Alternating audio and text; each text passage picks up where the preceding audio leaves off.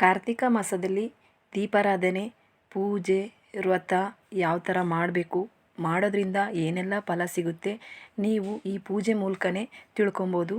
ನೋಡಿದ್ರೆ ನಿಮಗೆ ಗೊತ್ತಾಗುತ್ತೆ. ಒಂದ್ಸಲ ಕೇಳಿ. ಪೂಜೆಯನ್ನು ಏರ್ಪಡಿಸಲಾಗಿದೆ.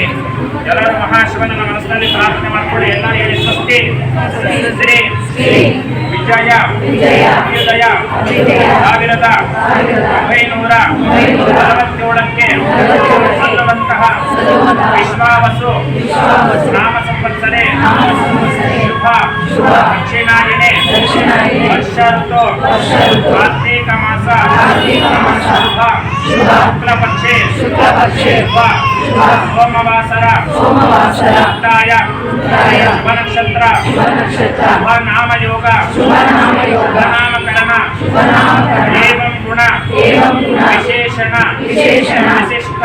ವಿಶಿಷ್ಟಾಯ ಅಸ್ಯ ಶುಭ ಪುಣ್ಯತಿಥೋ ಅಸ್ಮಾಕಂ ಸಹ ಕುಟುಂಬ ವರ್ಗಸ್ಯ ಬಂಧು ಬಾಂಧವ ವರ್ಗಸ್ಯ ಕ್ಷೇಮ ಧೈರ್ಯ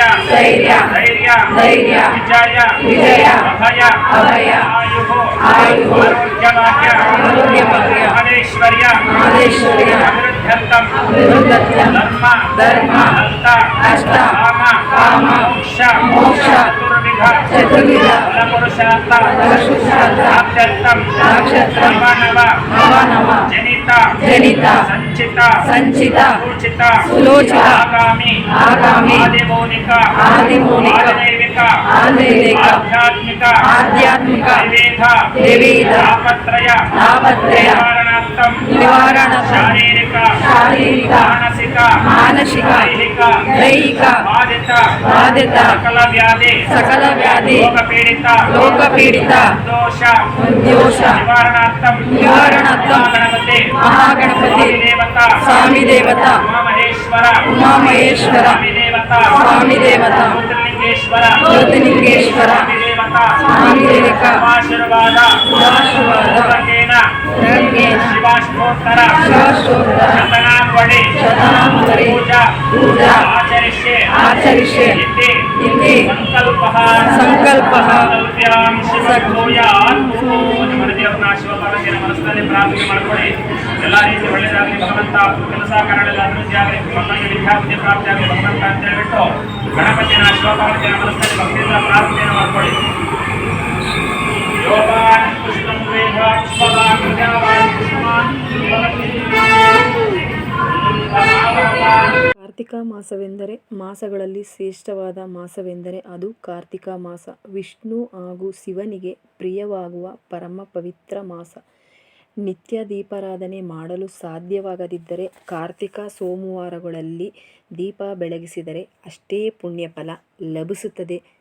ಉಪವಾಸವಿದ್ದು ವ್ರತ, ಪೂಜೆ, ದೀಪಾರಾಧನೆ ಮಾಡೋದ್ರಿಂದ ನಮಗೇನೆಲ್ಲ ಪುಣ್ಯ ಸಿಗುತ್ತೆ, ಏನೆಲ್ಲ ಒಳ್ಳೆಯದಾಗುತ್ತೆ ಅಂದರೆ, ನೀವು ಯಾವ ಕೆಲಸಕ್ಕೆ ಕೈ ಹಾಕಿದರೂ ಏಳಿಗೆ ಇಲ್ಲ, ಸಾಲಗಳು ತೀರುತ್ತಿಲ್ಲ, ಅನಾರೋಗ್ಯ, ಉದ್ಯೋಗ, ವಿದ್ಯೆ, ಮದುವೆ, ಯಾವುದೇ ಸಮಸ್ಯೆಗಳಿಗೆ ಮುಕ್ತಿ ಸಿಗುತ್ತೆ. ಇವೆಲ್ಲ ಪುಣ್ಯ ಫಲ ಸಿಗುತ್ತೆ ಅಂದರೆ ಈ ಥರ ನಾವು ಈ ಮಾಸದಲ್ಲಿ ಪೂಜೆಗಳನ್ನ ಮಾಡಬೇಕು. ನಮ್ಮ ಮನಸ್ಸಲ್ಲಿರೋ ಕೋರಿಕೆ ಇಟ್ಟ ದೀಪ ಹಚ್ಚಿದರೆ ಈ ಮಾಸದಲ್ಲಿ ಶಿವನ ದೇವರ ವರ ಬೇಗ ಪ್ರಾಪ್ತಿಯಾಗುತ್ತೆ ಅನ್ನೋದು ಒಂದು ವಾಡಿಕೆ. ಈ ಪೂಜೆನ ಮಾಡ್ಕೊಂಬಂದರೆ ಕಾರ್ತಿಕ ಸೋಮವಾರ ಒಂದು ವಾರದಲ್ಲಾದರೂ ಉಪವಾಸ ಇದ್ದು ಪೂಜೆ ಮುಗಿಸ್ಕೊಂಡು ಮನೆಯಲ್ಲಿ ನಾವು ಪೂಜೆ ಮಾಡಿ ಅದರ ನಂತರ 2 ಮಣ್ಣಿನ ದೀಪ ಹಚ್ಚಿ, ನಮಗೆ ಸಮಯ ಇದ್ದರೆ ಮನೆಯಲ್ಲಿ ಎಲ್ಲ ವ್ರತ ಎಲ್ಲ ಆದಮೇಲೆ ಶಿವನ ದೇವಸ್ಥಾನ ಹತ್ರದಲ್ಲಿದ್ದರೆ ಹೋಗಿ ಟೆಂಪಲ್ಗೆ ದೀಪ ಹಚ್ಚಿದರೆ ಇನ್ನೂ ಪ್ರಾಪ್ತಿ ಲಭಿಸುತ್ತದೆ. ಯಾವ ದೀಪ ಹಚ್ಚಬೇಕು ಈ ಮಾಸದಲ್ಲಿ ಅನ್ನೋದೇ ಆದರೆ ಬೆಲ್ಲದ ದೀಪ ಹಚ್ಬೋದು, ತೆಂಗಿನಕಾಯಿ ದೀಪನೂ ಹಚ್ಬೋದು, ಮತ್ತು ಮಣ್ಣಿನ ದೀಪನೂ ಹಚ್ಬೋದು, ತುಂಬ ಶ್ರೇಷ್ಠವಾದದ್ದು. ಇನ್ನೊಂದು ಮುಖ್ಯವಾದ ದೀಪ ಎಂದರೆ 365 ಬತ್ತಿಯ ದೀಪ ಈ ಕಾರ್ತಿಕ ಮಾಸದಲ್ಲಿ ಬಹುಮುಖ್ಯವಾದ ದೀಪ ಅಂತಲೇ ಹೇಳ್ಬೋದು. ಯಾಕೆಂದರೆ 365 ಬತ್ತಿಯ ದೀಪ ಈ ಮಾಸದಲ್ಲಿ ತುಂಬ ವಿಶೇಷ. ಯಾಕೆಂದರೆ ನಾವು ಒಂದು ವರ್ಷದಲ್ಲಿ ಸೂತಕ ಏನಾದರೂ ಪ್ರಾಬ್ಲಮ್ಗಳಿಂದ ದೀಪ ಹಚ್ಚೋಕ್ಕೆ ಸಾಧ್ಯವಾಗದಿದ್ದರೆ ಈ ಒಂದು ವರ್ಷದಲ್ಲಿ ಇಡೀ 365 ದೀಪ ಹಚ್ಚಲು ಸಾಧ್ಯವಾಗಿರಲ್ಲ.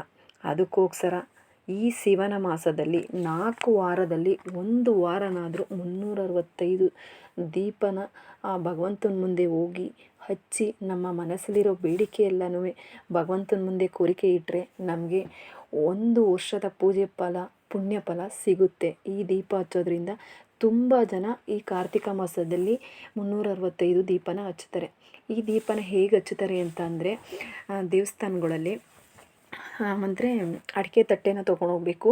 ನಿಮಗೆ ಒಂದು ಅರ್ಧ kg ಅಕ್ಕಿನ ತಟ್ಟೆ ಒಳಗಡೆ ಹಾಕಿ ಅದಕ್ಕೆ ಮೇಲೆ ನೀವು 365 ಅಂದರೆ ಬರಿಬೇಕು. ಅದನ್ನು ಬರೆದ ನಂತರ ಅದಕ್ಕೆ ಕುಂಕುಮ ಎಲ್ಲ ಇಟ್ಟು ಆಮೇಲೆ ಹೂವು ಇಟ್ಟು 2 ಬಾಳೆಹಣ್ಣು ಇಟ್ಟು ಮತ್ತು ದೀಪನ ನೀವು ದೊಡ್ಡ ದೀಪ ತರಬೇಕು. ಚಿಕ್ಕ ದೀಪ ಆಗಲ್ಲ.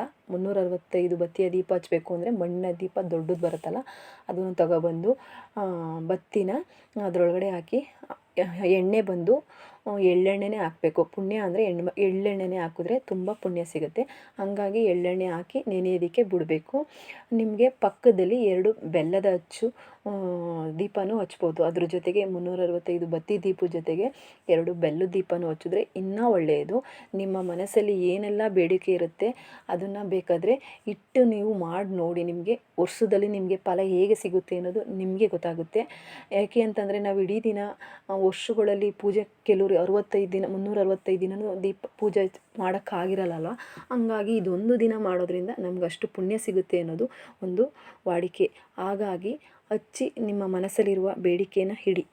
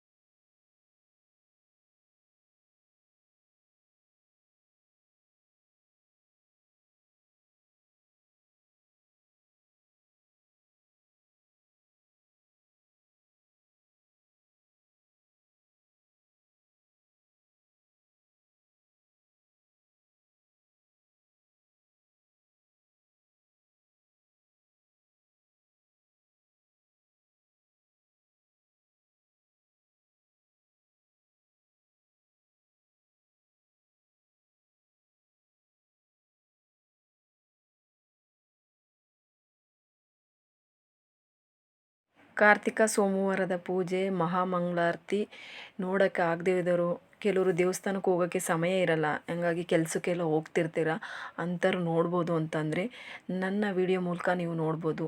ಯೂಟ್ಯೂಬ್ ಚಾನಲಲ್ಲೇ ಪ್ರತಿಯೊಬ್ಬರು ಪೂಜೆಗಳನ್ನ ಹಾಕ್ತಾ ಇರ್ತಾರೆ. ಕೆಲವರು ಆಗಲ್ಲ ದೇವಸ್ಥಾನದಲ್ಲಿ, ಇಲ್ಲೇ ನೋಡಿ ನೀವು ಪ್ರಾರ್ಥನೆ ಮಾಡಿಕೊಂಡು ಈ ಭಗವಂತನ ಮುಂದೆನೇ ನೀವು ಬೇಡಿಕೆನ ಕೋರಿಕೆ ಮಾಡ್ಕೋಬೋದು ಅನ್ನೋದು ಒಂದು. ಏಕೆ ಅಂತಂದರೆ ನಾನು ವಿಡಿಯೋ ಮಾಡಿ ಹಾಕಿದ್ದೀನಿ, ನೀವು ನೋಡಿದ್ರೆ ನಿಮಗೆ ಒಂದು ಪುಣ್ಯ ಫಲ ಸಿಗುತ್ತೆ. ಪೂರ್ತಿ ವಿಡಿಯೋನೇ ಇದೆ ಇಲ್ಲಿ. ಅಂದರೆ ಮಹಾಮಂಗಳಾರತಿ ಮಾಡಿರೋದು, ದೀಪಾರಾಧನೆ ಮಾಡಿರೋದು, ಪ್ರತಿಯೊಂದು ಪೂಜೆ ನಮ್ಮ ವಿಡಿಯೋ ಮೂಲಕನೇ ನೋಡ್ಬೋದು. ನೋಡೋರೆಲ್ಲ ನೋಡಿದ್ರೆ ನಿಮಗೆ ಗೊತ್ತಾಗುತ್ತೆ. ಅಂದರೆ ಆ ಪೂಜೆ ಪುಣ್ಯ ಫಲ ಸಿಗುತ್ತೆ ಎಂದು ನೋಡೋದ್ರಿಂದ, ಕಿವಿಯಿಂದ ಕೇಳೋದ್ರಿಂದ ತುಂಬ ಒಳ್ಳೆಯದಾಗುತ್ತೆ. ದೇವರ ಅನುಗ್ರಹ ನಿಮಗೆ ಸಿಗುತ್ತೆ. ನಿಮಗೆ ಎಲ್ಲರಿಗೂ ಒಳ್ಳೇದು ಮಾಡಲಿ ಅನ್ನೋದೇ ನನ್ನ ಉದ್ದೇಶ. ನಾನು ದೇವಸ್ಥಾನಕ್ಕೆ ಹೋಗಿದ್ದೆ, ಅಲ್ಲಿ ಮೊಬೈಲ್ ಇಟ್ಟಿದೆ, ಅದು ವಿಡಿಯೋ ಮಾಡಿಕೊಂಡು ನಿಮಗೆ ತೋರಿಸ್ತಾ ಇದ್ದೀನಿ. ಕೆಲವರು ನೋಡೋಕ್ಕಾಗದೆ ಹೋದವರು ವಿಡಿಯೋ ಮೂಲಕ ನೋಡ್ಬೋದು ಅನ್ನೋದಕ್ಕೋಸ್ಕರ ಈ ವಿಡಿಯೋನ ನಾನು ಶೇರ್ ಮಾಡಿದ್ದೀನಿ. ಇಷ್ಟ ಆಗಿದರೆ ಲೈಕ್ ಮಾಡೋದು. ಸೋಮವಾರದ ಪೂಜೆ ಅಂದರೆ 6 ಗಂಟೆಯಿಂದನೇ ಎಲ್ಲರೂ ಬರ್ತಾರೆ ಭಕ್ತಾದಿಗಳು. ದೀಪ ಹಚ್ಚರೆಲ್ಲ ನೋಡಿ ಎಲ್ಲ ಹಚ್ಚಿ ದೇವ್ರ ಮುಂದೆ ಇಟ್ಟಿದ್ದಾರೆ. ಇದನ್ನಿಟ್ಟು ನಂತರ ಅಲ್ಲಿ ದೇವಸ್ಥಾನಗಳಲ್ಲೂ ದೀಪಗಳನ್ನು ಹಚ್ತಾರೆ. ಎಣ್ಣೆ ಎಲ್ಲ ಬಿಟ್ಟು ನಾವುಗಳೇ ಹೋಗಿ ಮುಂಚೆನೇ ದೀಪ ಎಲ್ಲ ಹಚ್ಚಿ ಅಲ್ಲೆಲ್ಲ ರೆಡಿ ಆದಮೇಲೆ ಲೈಟೆಲ್ಲ ಆಫ್ ಮಾಡಿ ಮಹಾಮಂಗಳಾರತಿ ಪೂಜೆ, ದೀಪಾರಾಧನೆ ಪೂಜೆ ಎಲ್ಲ ಇರುತ್ತೆ ಈ ದೇವಸ್ಥಾನದಲ್ಲಿ. ತುಂಬಾ ಚೆನ್ನಾಗಿ ನಡೀತದೆ. ವಿಶೇಷ ಅಂತಂದರೆ ಎಲ್ಲ ಶಿವನ ದೇವಸ್ಥಾನಗಳಲ್ಲೂ ಪೂಜೆ ತುಂಬ ಅದ್ಧೂರಿಯಾಗಿ ಮಾಡ್ತಾರೆ. ಈ ಶಿವನ ಪೂಜೆ ಅಂತಂದರೆ ಕಾರ್ತಿಕ ಮಾಸದಲ್ಲಿ ಎಲ್ಲೆಲ್ಲೂ ನೋಡೋದಕ್ಕೆ ಕಣ್ಣೆರಡು ಸಾಲದು. ನೋಡಿ, ಈ ಥರ ದೀಪ ಹಚ್ಚೋದು ನಾವು ಬರೋ ಭಕ್ತಾದಿಗಳ ಕೈಲೇ ಕೊಡ್ತಾರೆ. ನಾವೇ ದೀಪ ಹಚ್ಚೋದು. ಎಣ್ಣೆ ಬೇಕಂದರೆ ಮನೆಯಿಂದ ತೊಗೊಬಂದು ಎಳ್ಳೆಣ್ಣೆನ ಆ ದೀಪಕ್ಕೆ ಹಾಕ್ಬೋದು.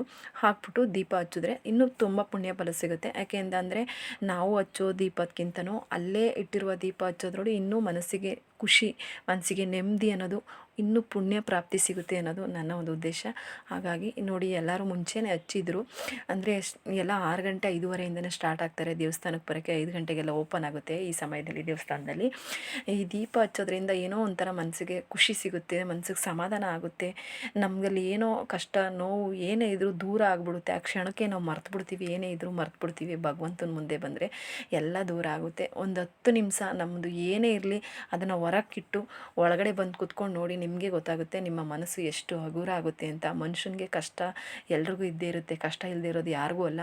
ನಮ್ಮ ಕಷ್ಟಗಳನ್ನ ನಾವು ಬೇರೆಯವ್ರ ಹತ್ರ ಹೇಳ್ಕೊಳ್ಳೋದು ಬದಲು ನಮ್ಮ ದೇವ್ರ ಮುಂದೆ ಬಂದು ಹೇಳ್ಕೊಂಡು 10 ನಿಮಿಷ ಪ್ರಾರ್ಥನೆ ಮಾಡಿದ್ರೆ ಆ ಭಗವಂತ ಏನಾದರೂ ಯಾವ್ದಾರ ಮೂಲಕ ಬಂದು ನಮಗೆ ಕೊಟ್ಟೇ ಕೊಡುತ್ತೆ. ಅಂದರೆ ಒಂದು ಪುಣ್ಯ ಫಲ ಏನಾದರೂ ಸಿಗುತ್ತೆ, ವರ ಕೊಟ್ಟೇ ಕೊಡುತ್ತೆ ಅನ್ನೋದು ಒಂದು ಅಂದರೆ ಒಂದು ವಾಡಿಕೆ ಅಂತಲೇ ಹೇಳ್ಬೋದು. ಪ್ರತಿಯೊಬ್ಬರೂ ದೇವ್ರ ಮುಂದೆ ಏನೇ ಇದ್ರೂ ಹೇಳ್ಕೊತಾರಲ್ವ, ಹಂಗಾಗಿ ದೇವ್ರ ಮುಂದೆನೇ ನಾವು ಹೇಳ್ಕೊಬೇಕು. ನಮಗೆ ಏನೇ ಕಷ್ಟ ನೋವು ಸುಖ ಇದ್ರೂ ದೇವ್ರ ಮುಂದೆನೇ ಬೇಡ್ಕೊಬೇಕು. ಬೇರೆಯವ್ರ ಹತ್ರ ಹೇಳ್ಕೊಂಡ್ರೆ ಏನು ಮಾಡ್ತಾರೆ ಹೇಳಿ, ಇವಾಗ ಕೇಳ್ತಾರೆ, ಹಾಡ್ಕೊತಾರೆ, ಹಾಗೆ ಹೀಗೆ ಅಂತ. ಇನ್ನೊಬ್ರ ಹತ್ರ ನೀವು ಯಾರೂ ಹೇಳ್ಕೊಬೇಡಿ. ಮನಸ್ಸು ಬಿಚ್ಚಿ ಭಗವಂತನ ಮುಂದೆ ಇಡಿ, ಎಲ್ಲ ಒಳ್ಳೆಯದಾಗುತ್ತೆ ಅಂತ ಹೇಳಿ.